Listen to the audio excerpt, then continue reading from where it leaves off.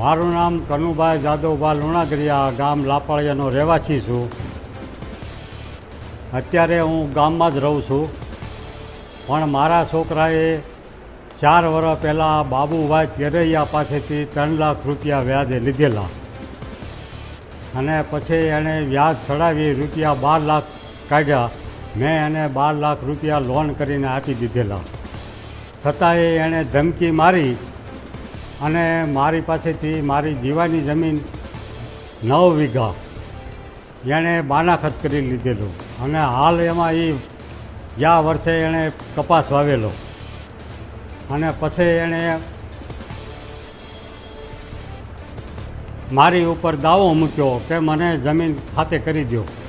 તો મારી જીવાની જમીન મારે કેમ એને ખાતે કરી દેવી? પછી મેં એસપી સાહેબનો સહારો લઈ અને ફરિયાદ કરી અને એસપી સાહેબ અને પીએસઆઈ સાહેબે અને એના સ્ટાફે મારી જમીન 3 દિવસનો મને કબજો આપી દીધો અને અત્યારે હું એમાં ખેતી કરું છું અને બધા સ્ટાફનો ખૂબ ખૂબ હું આભાર માનું છું કે મારે 3 દિવસમાં મને જમીન પાછી આપી દીધી. ગુજરાત સરકાર તરફથી વ્યાજખોરીના જે દૂષણ છે તે ડામવા માટે સૂચના આપેલી છે અને તે સૂચના અન્વયે અમરેલી જિલ્લા પોલીસ તરફથી થોડાક સમય પહેલાં એક આપણે જર ગામે ધારીના 18 વીઘા ખેડૂતની જમીન પરત અપાઈ હતી. સાથે સાથે ગયા 15 દિવસ પહેલાં વડિયા તાલુકાના એક ખેડૂતને 9 વીઘા જમીન આપણે પરત અપાઈ હતી અને નાગેશ્વરીના એક જે ભાઈ જેનું મકાન પચાવી પાડવામાં આવેલ હતો વ્યાજખોરોએ અને મકાન ન હોવાના કારણે એ ભાઈ રાજકોટ રહેવા ગયા હતો, પરંતુ એમને એ પોલીસ કામગીરીની ખબર પડતા પોતે જિલ્લા કંટ્રોલ રૂમમાં જાણ કરી હતી અને ત્યારબાદ એને આશરે 7 લાખ કિંમતની મકાન પોલીસે પરત કરાવેલ હતો. તે મુજબ આજરોજ અમરેલી તાલુકા પોલીસ સ્ટેશન હદ વિસ્તારમાં લાપાળિયા ગામની એક વ્યાજખોરીની ફરિયાદ અમારી પાસે ગયા અઠવાડિયામાં આવી હતી, જેમાં સ્ટોરી એ મુજબની છે કે ભોગ બનનારના દીકરાએ આજથી આશરે 4 વર્ષ પહેલાં વ્યાજખોર બાબુભાઈ પરસોત્તમભાઈ તરૈયા પાસેથી 3 લાખ રૂપિયા વ્યાજે લીધા હતા અને આશરે ત્યાંના 2 વર્ષ બાદ એ વ્યાજખોરો જે છે એ અવારનવાર એ જે વ્યાજખોરીના પૈસા છે એ પરત લેવા માટે આ ફેમિલીને ઉપર દબાણ કરતા હતા, જેથી પ્રેશરમાં આવીને આજે વ્યાજે લેનાર ભોગ બનનારનો દીકરો છે એ અહીંયાથી ઘેરથી ચાલી નીકળી ગયો હતો. પરંતુ વ્યાજખોરે જે છે એ આ કામના હાલના જે ફરિયાદી છે કનુભાઈ જાદવભાઈ લુણાગરિયાને અવારનવાર હેરાન પરેશાન કરતા હતા, જેથી કનુભાઈએ એ જમીન પોતાની બેંક સામે ગીરવી મૂકીને બેંકમાંથી લોન ઉપાડીને આમાંથી 12 લાખ રૂપિયા આ વ્યાજખોરીની 3 લાખના સામે ચૂકવી પાડેલ હતા. તેમ છતાં જે વ્યાજખોરો છે એ મોટા પ્રમાણમાં ઇન્ટરેસ્ટ રેટના બહાને હજી વ્યાજખોરીના પૈસા બાકી છે તેમ કરીને આજે ખેડૂત છે એમના ઘેરથી એના 8 મણ કપાસ જે છે એ આશરે 6 થી 8 લાખ રૂપિયાના વેચી નાખેલ હતો. તેમ છતાં આ લોકોની જે વ્યાજખોરીની ડિમાન્ડ છે એ ડિમાન્ડ વધતી જતી હતી અને એના ભાગરૂપે એ લોકોએ આ દાદાની જે 9 વીઘા જમીન છે એ 9 વીઘા જમીનના આશરે 1 મહિના પહેલાં દાદાને જબરદસ્તી કરીને બાનાખત કરાવી લીધો હતો અને આ બાનાખેત આ લોકો કે તમે હજી વધારે અમારા વ્યાજખોરીના જે પૈસા નીકળે છે એ પૈસા આપો, નહીં તો એ બાનાખત મુજબ અમે એ જમીન કોર્ટ રાહે દાદ મેળવીને અમારા નામે કરીશું. તે મુજબ એને કોર્ટમાં દાવો પણ દાખલ કર્યો હતો. આશરે ગયા અઠવાડિયાના ગુરુવારે આ દાદા અમારે પાસે આવ્યા હતા.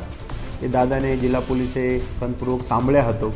ત્યારબાદ એની કેસ જોતાં બહુ જ સંવેદનશીલતાથી તાલુકા પોલીસ સ્ટેશનની ટીમે એ દાદાને ફરિયાદ દાખલ કરી, જરૂરી સાંત્વના આપી.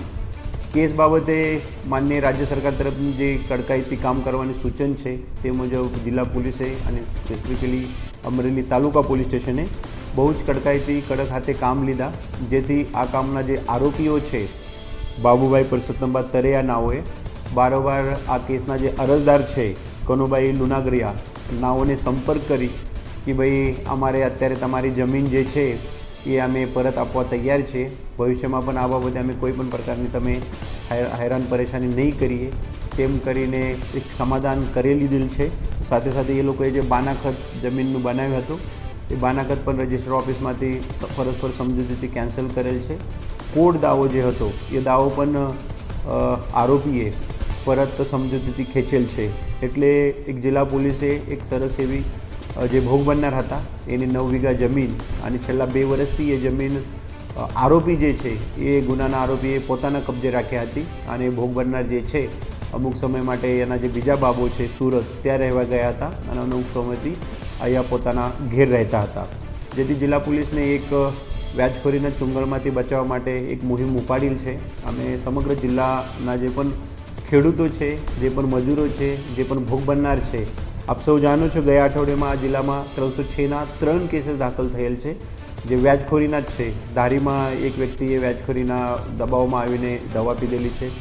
સેમ બનાવ તમારા સાવરકુંડલા ટાઉન પોલીસ સ્ટેશનમાં દાખલ થયેલ છે અને એક બનાવ જે છે એ વડિયા પોલીસ સ્ટેશનમાં દાખલ થયેલ છે.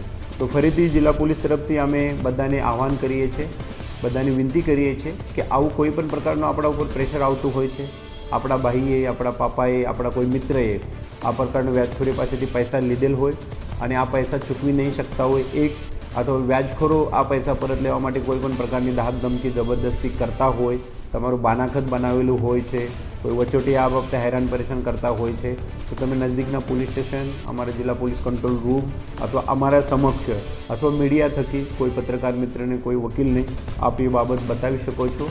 અમે જિલ્લા પોલીસ તરીકે એ વ્યાજખોરીનું જે દૂષણ છે એ દૂષણ ડામવા માટે સદૈવ તત્પર છે.